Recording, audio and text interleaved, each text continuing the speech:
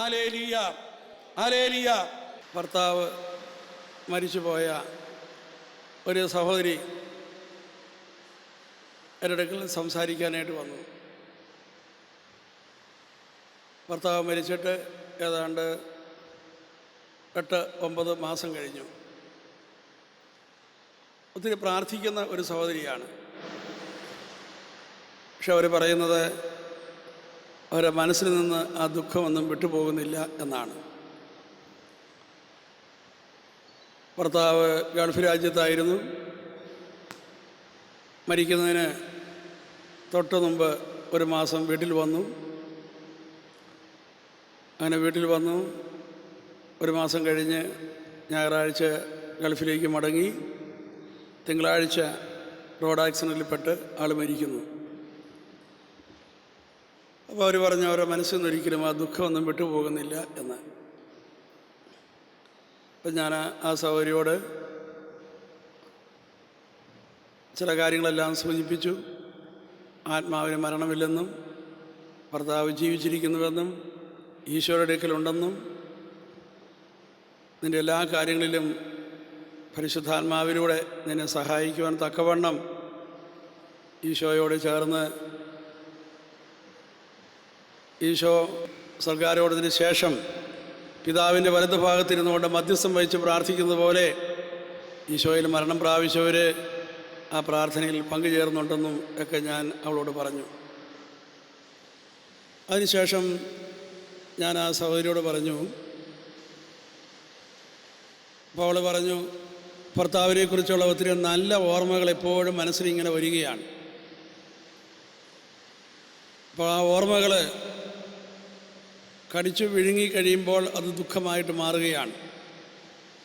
അപ്പോൾ ഞാൻ ആ സഹോദരിയോട് പറഞ്ഞു ആ നല്ല ഓർമ്മകൾക്ക് വലിയ പ്രാധാന്യമുണ്ട്. പിതാവായ ദൈവം തൻ്റെ പുത്രനായ യേശുവിനെ നമുക്ക് നൽകി. ആ യേശു നമുക്ക് വേണ്ടി ചെയ്ത ഒത്തിരി കാര്യങ്ങളുണ്ട്. ആ ഓർമ്മകളാണ് നമ്മൾ അൾത്താരയിൽ വെച്ച് സെലിബ്രേറ്റ് ചെയ്യുന്നത്.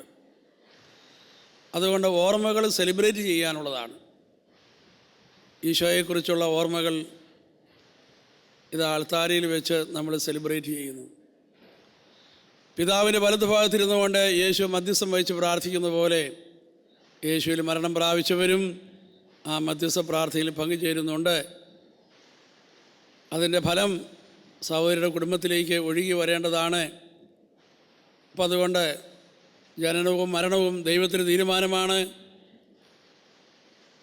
ആ മരണം അംഗീകരിക്കാതെ മനസ്സിൽ ദുഃഖിച്ചുകൊണ്ടിരുന്നു കഴിഞ്ഞാൽ ഒഴുകി വരുന്ന അനുഗ്രഹങ്ങൾക്ക് അത് തടസ്സമായി തീരും എന്നെല്ലാം പറഞ്ഞു കഴിഞ്ഞപ്പോൾ അവർക്കൊരല്പം സമാധാനം കിട്ടിയതുപോലെയായി. അവർ എന്നോടൊപ്പം കുറച്ച് നേരം നന്ദിയും സ്തോത്രവും പറഞ്ഞ് പ്രാർത്ഥിച്ചു. അവരുടെ +1 പഠിക്കുന്ന ഒരു പെൺകുട്ടിയും കൂട്ടത്തിലുണ്ടായിരുന്നു.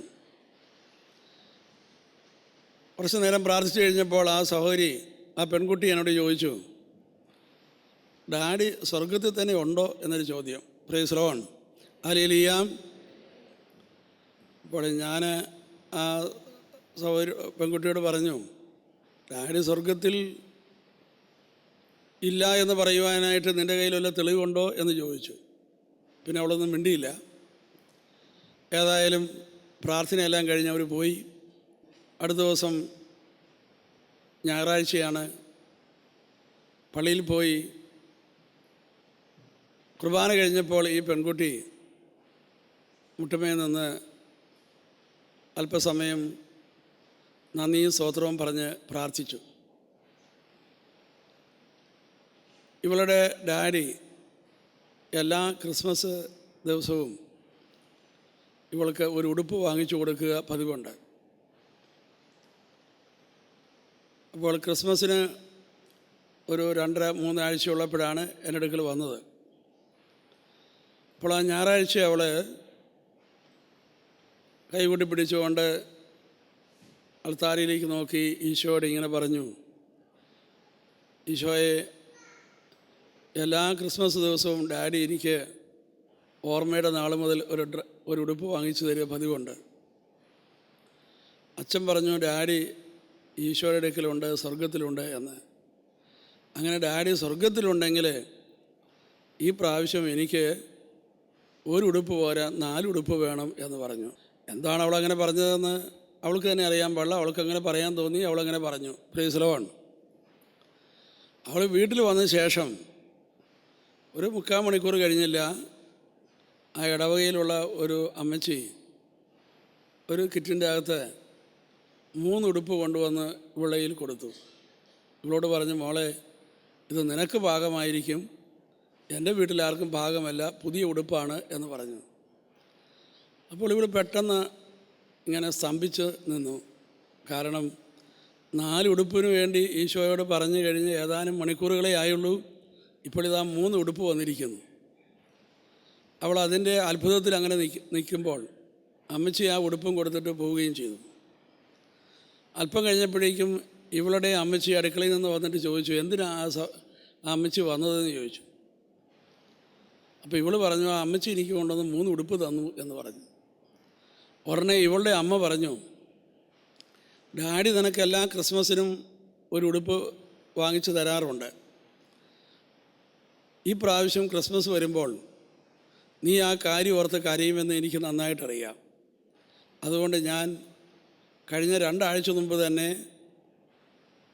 നിനക്ക് ഒരു ഉടുപ്പിനുള്ള പൈസ ഞാനിങ്ങനെ സൂക്ഷിച്ചു വെച്ചിരിക്കുകയാണ്. ഏതായാലും ഒരു കാര്യം ചെയ്തു കൊള്ളുക, എന്നാൽ ആ പൈസ നീ പിടിച്ചോ, നിനക്ക് ഇഷ്ടമുള്ള ഉടുപ്പ് നീ വാങ്ങിച്ചു കൊള്ളുക. അപ്പോൾ 4 ഉടുപ്പായി. ഇവിടെ ആകെപ്പാടെ അത്ഭുതപ്പെട്ട് അങ്ങനെ നിന്ന ശേഷം അവൾ ഫോണെടുത്ത് എന്നെ വിളിച്ചു. ഇവൾ ഫോണെടുത്തിട്ട് എന്നോട് ആദ്യം പറഞ്ഞ വാചകം, അച്ഛാ ഡാഡി സ്വർഗത്തിലുണ്ട് എന്ന് പറഞ്ഞു. ഞാനോർത്ത് ഇത് ആരാണ് വിളിക്കുന്നത്, ഒരു പിടുത്തവും ഇല്ല. Praise the Lord.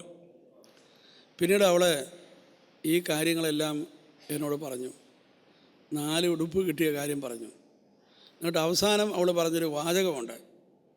ആ വാചകം ഇതാണ്, ഇനി ഞാൻ ഡാഡിയുടെ മരണത്തെക്കുറിച്ച് ഓർത്ത് ഒരിക്കലും ദുഃഖിച്ചിരിക്കുകയില്ല, എന്തുമാത്രം മുതലെടുക്കാമോ അത്രയും മുതൽ ഞാൻ എടുക്കുമെന്ന് പറഞ്ഞു. Praise the Lord.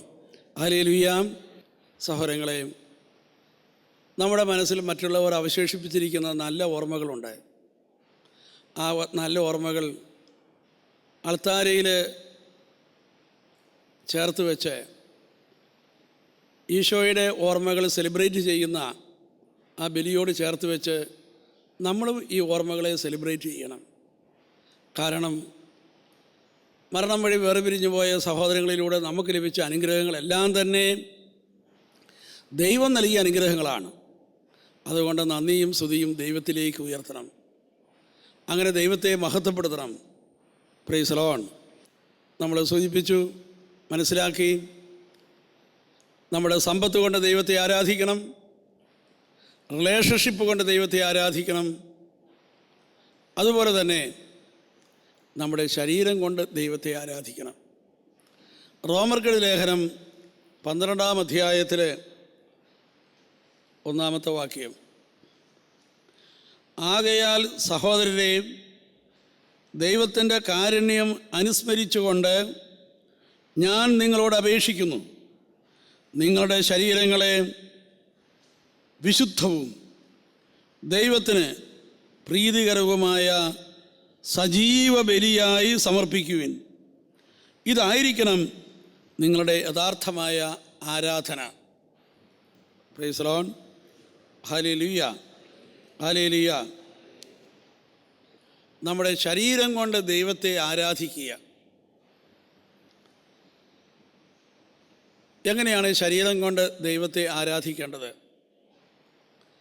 ദൈവം തന്നിരിക്കുന്ന ഈ ശരീരം ദൈവത്തെ ആരാധിക്കാൻ വേണ്ടി കൂടി തന്നിരിക്കുന്ന ശരീരമാണ്.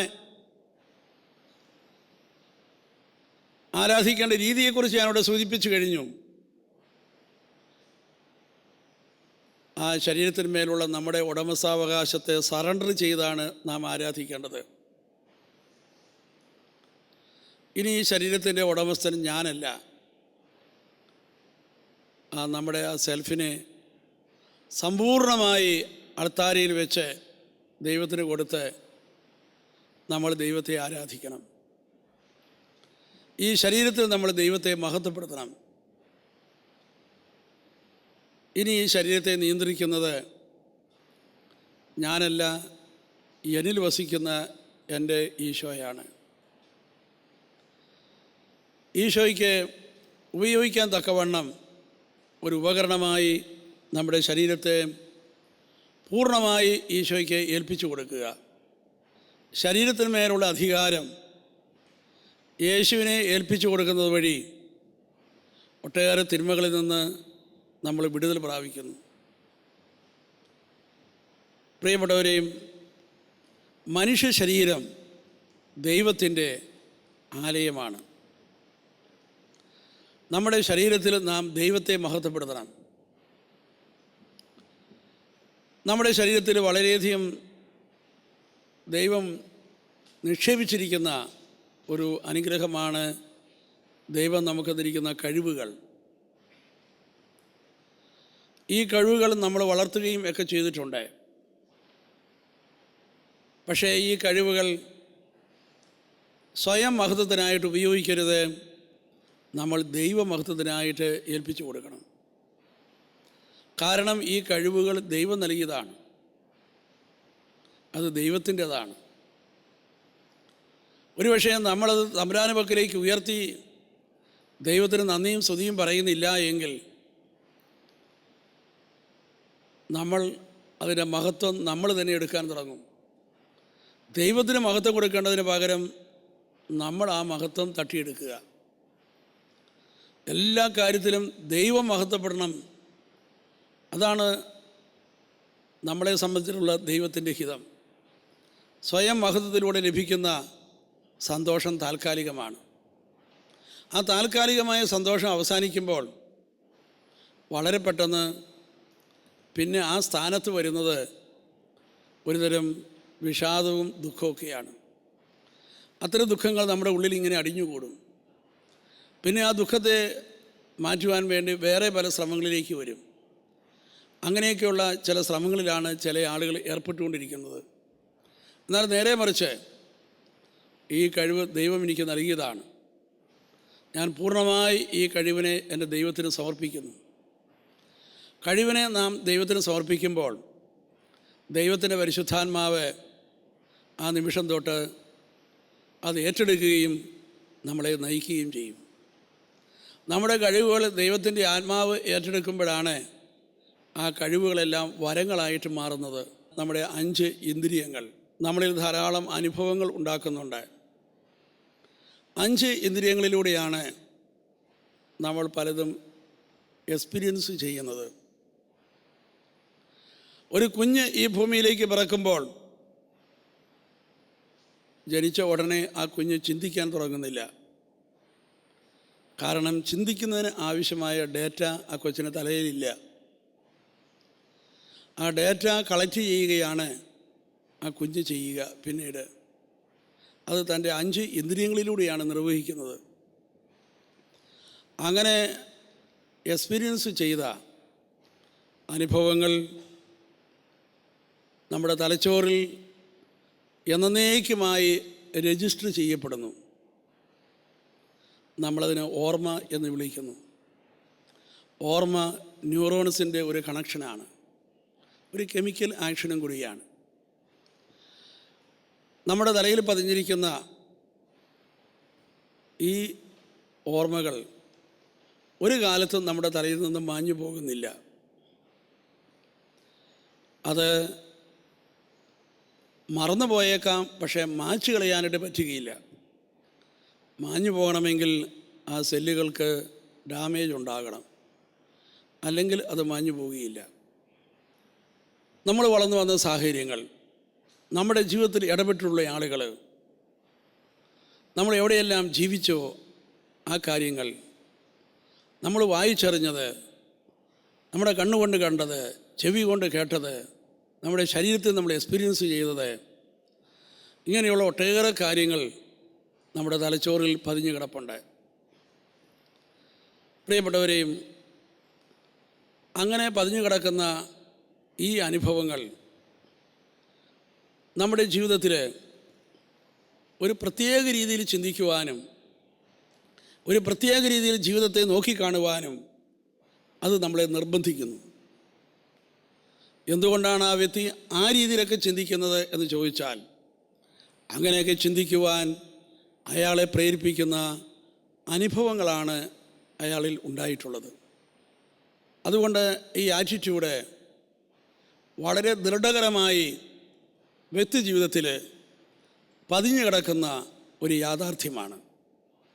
ഓരോ വ്യക്തിയും ഒരു പ്രത്യേക രീതിയിലായിരിക്കും ജീവിതത്തെ കാണുന്നതും മറ്റുള്ളവരെ കാണുന്നതും തങ്ങളുടെ ജീവിതത്തെ തന്നെ വീക്ഷിക്കുന്നതും. അങ്ങനെ നമ്മുടെ ഇത്രയും നാളത്തെ ജീവിതത്തിലൂടെ വളരെ ശക്തമായ വിധത്തിലുള്ള ഒരു ആറ്റിറ്റ്യൂഡ് നമ്മളിൽ പതിഞ്ഞു കിടപ്പുണ്ട്. Praise Lord. ചില വ്യക്തികളിൽ ഇത്തരം ആറ്റിറ്റ്യൂഡ്, അവർക്കുണ്ടായ തിക്തമായ അനുഭവങ്ങൾ, ഇതെല്ലാം അവരെ ഒരു രോഗാവസ്ഥയിലേക്ക് നയിച്ചിരിക്കുന്നു. മാനസികമായ മേഖലകളിൽ ഡിപ്രഷൻ തുടങ്ങിയ ചില രോഗങ്ങൾക്ക്, വിഷാദാത്മകതയ്ക്ക് അടിമയായി തീർന്നിട്ടുള്ള വ്യക്തികളുണ്ട്. തീർച്ചയായിട്ടും ഇത്തരം മേഖലകളിൽ സൗഖ്യത്തിനുള്ള സാധ്യതകൾ ധാരാളമായിട്ടുണ്ട്. Praise Lord. Hallelujah, hallelujah. ഞാൻ വീണ്ടും വീണ്ടും ഇവിടെ ആവർത്തിക്കുകയാണ്, ദൈവത്തിന് നമ്മുടെ ഈ ആറ്റിറ്റ്യൂഡിൽ വലിയ മാറ്റങ്ങൾ വരുത്തുന്ന പ്രാർത്ഥനയാണ് ദൈവത്തിന് നന്ദിയും സ്തോത്രവും പറയുന്ന പ്രാർത്ഥന. നമ്മുടെ മൊത്തം ജീവിതത്തെ മുഴുവൻ അത് ചേഞ്ച് ചെയ്യും. നമ്മുടെ ജീവിതത്തിന് ഒരു വളർച്ചയോടൊപ്പം തന്നെ നീങ്ങുന്ന ഒരു ആത്മീയ വളർച്ചയാണ് നാം മനസ്സിൽ കാണേണ്ടത്. ഹല്ലേലൂയ. അത് നമ്മൾ നന്ദിയും സ്തുതിയും പറഞ്ഞ് ആരംഭിക്കുക. ഒരു ചെറിയ ആരംഭം. നമ്മൾ നന്ദി പറയാൻ തുടങ്ങും തോറും നാം പയ്യെ എളിമയിലേക്ക് പയ്യെ വളരുന്നു. അത് ഒരു ദിവസമോ 2 ദിവസത്തോ പ്രാർത്ഥനയിലൂടെയല്ല. ഞാൻ പറഞ്ഞില്ലേ, ഒരു ആറ്റിറ്റ്യൂഡ് തന്നെ നമ്മുടെ ജീവിതത്തിൽ ഫോം ചെയ്യണം.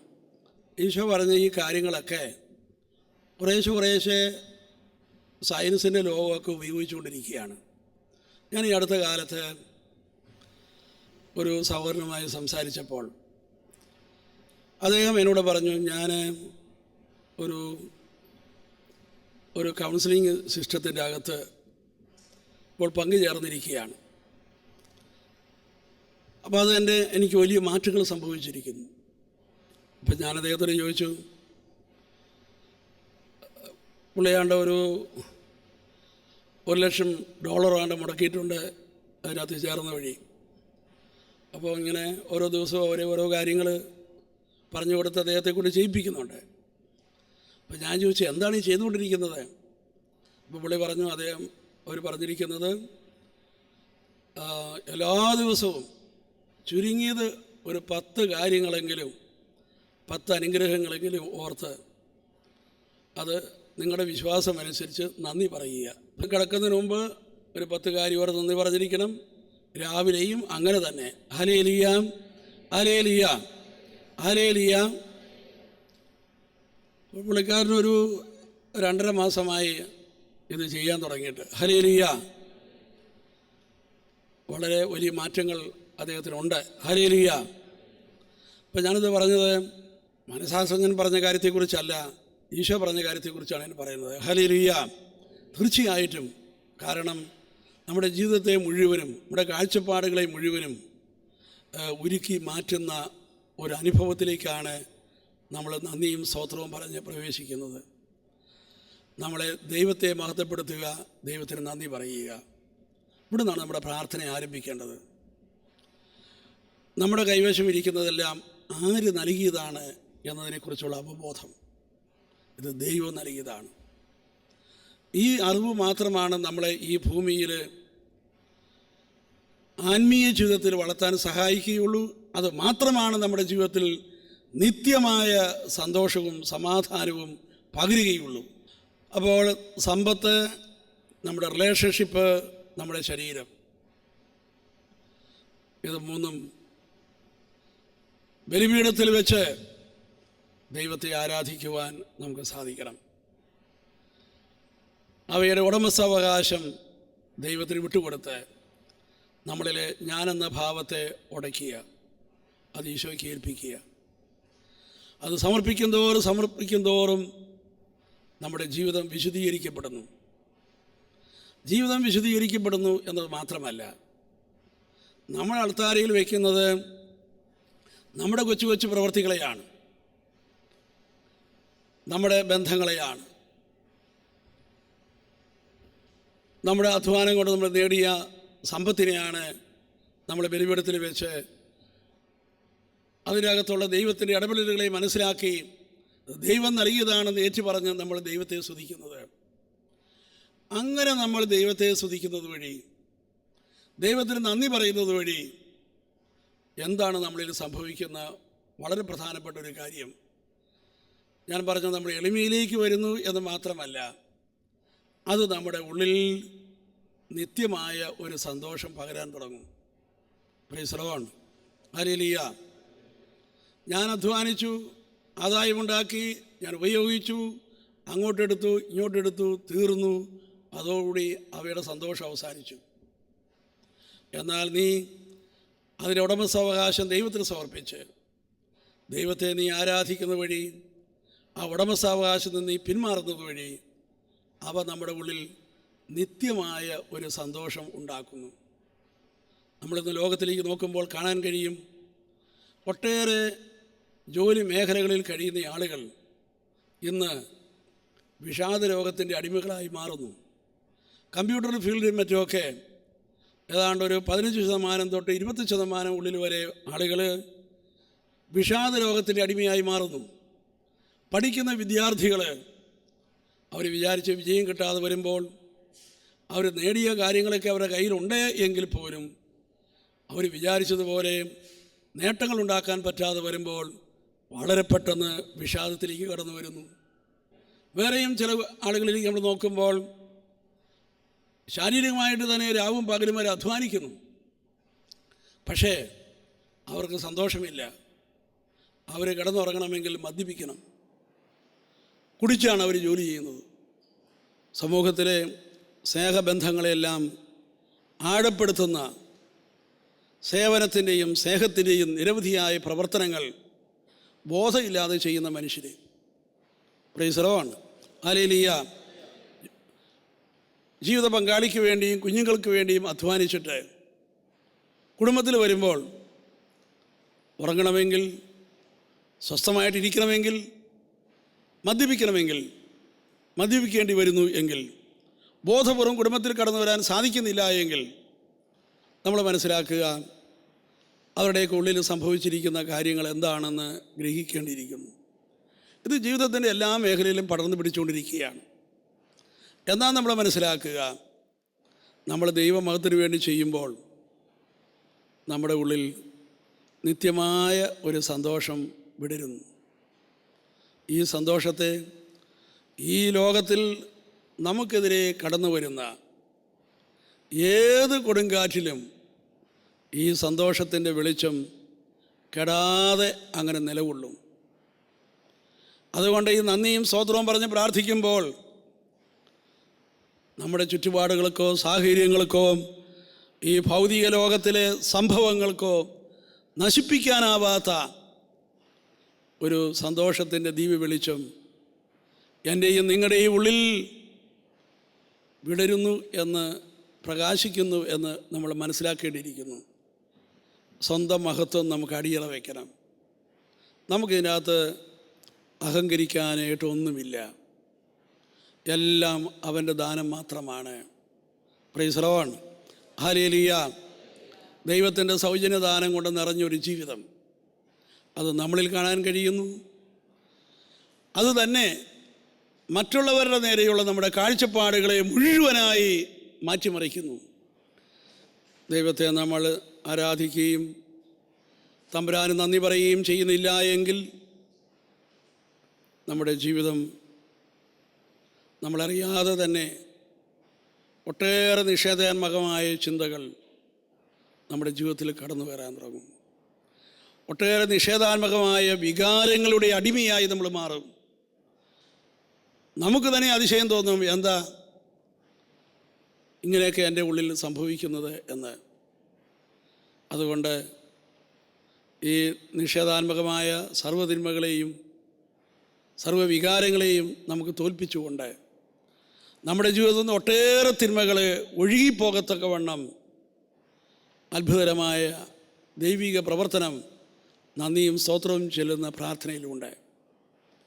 പൗലോസ്ലീഹ റോമർക്കെഴുതിയ ലേഖനത്തിൽ 1-ാം അധ്യായത്തിൽ 21-ാമത്തെ വാക്യത്തിൽ നമ്മുടെ ആധ്യാത്മിക ജീവിതത്തിൽ നമ്മൾ എവിടെ നിന്നാണ് ഈ ആത്മീയ ജീവിതം തുടരേണ്ടത്, നമ്മൾ എങ്ങനെയാണ് പ്രാർത്ഥിക്കേണ്ടത്, എന്താണ് നമ്മുടെ ആധ്യാത്മിക ജീവിതത്തിൻ്റെ മുന്നോട്ടുള്ള യാത്രയിൽ നമ്മൾ മുറുകെ പിടിക്കേണ്ടത്, എന്താണ്? നന്ദിയും സ്തോത്രവും. ദൈവത്തെ നീ മഹത്വപ്പെടുത്തുക, അവിടത്തേക്ക് നന്ദി പറയുക. പൗലോസ്ലീഹ ഇങ്ങനെയാണ് അവതരിപ്പിച്ചിരിക്കുന്നത്: അവർ ദൈവത്തെ അറിഞ്ഞിരുന്നുവെങ്കിലും ദൈവത്തെ ദൈവമായി മഹത്വപ്പെടുത്തുകയോ അവിടത്തേക്ക് നന്ദി പ്രകാശിപ്പിക്കുകയോ ചെയ്തില്ല. അതിൻ്റെ റിസൾട്ടാണ് ബാക്കിയുള്ള തിന്മകൾ മുഴുവനും. നമുക്ക് നമ്മളെ തന്നെ പരിശോധിക്കാം. എന്നിലെ ഞാനെന്ന ഭാവം എത്ര ശക്തമാണ്. കഴിഞ്ഞ കാലങ്ങളിൽ എൻ്റെ ദൈവം എൻ്റെ കഴിഞ്ഞകാല ജീവിതത്തിൽ നിരവധിയായ പാപങ്ങളിലൂടെ തന്നെ നമുക്കത് വെളിപ്പെടുത്തി തന്നു. ഞാൻ എന്നെ കേന്ദ്രമാക്കി കഴിഞ്ഞകാല ജീവിതത്തെ വീക്ഷിച്ചുകൊണ്ടിരുന്നുവെങ്കിൽ, സ്വയം കേന്ദ്രമാക്കി ഞാൻ കഴിഞ്ഞകാല ജീവിതത്തെ കണ്ടിരുന്നുവെങ്കിൽ, ഇന്ന് ഞാനത് മാറ്റിക്കളഞ്ഞുകൊണ്ട് ഈശോയെ കേന്ദ്രമാക്കി എൻ്റെ കഴിഞ്ഞകാല ജീവിതത്തെ മുഴുവനും പുനർവായിക്കുവാൻ ഞാനിതാ നിൻ്റെ മുമ്പിലിരിക്കുന്നു. നിൻ്റെ അത്ഭുതകരമായ ഇടപെടലുകൾ ഞാനിതെല്ലാം ഓരോന്നായി എടുത്തു പറഞ്ഞ്, കർത്താവേ നിനക്ക് ഞാൻ നന്ദി പറയുന്നു. ഈ മേഖലകളിലെല്ലാം എനിക്കൊരു സൗഖ്യം നീ തരണമേ. അങ്ങനെ എൻ്റെ റിലേഷൻഷിപ്പെല്ലാം നീ വളരെ മനോഹരമാക്കണമേ, വിശുദ്ധമാക്കണമേ. എൻ്റെ കാഴ്ചപ്പാടുകളെല്ലാം നീ വിശുദ്ധീകരിക്കണമേ. യേശുവേ നന്ദി, യേശുവേ സ്തോത്രം.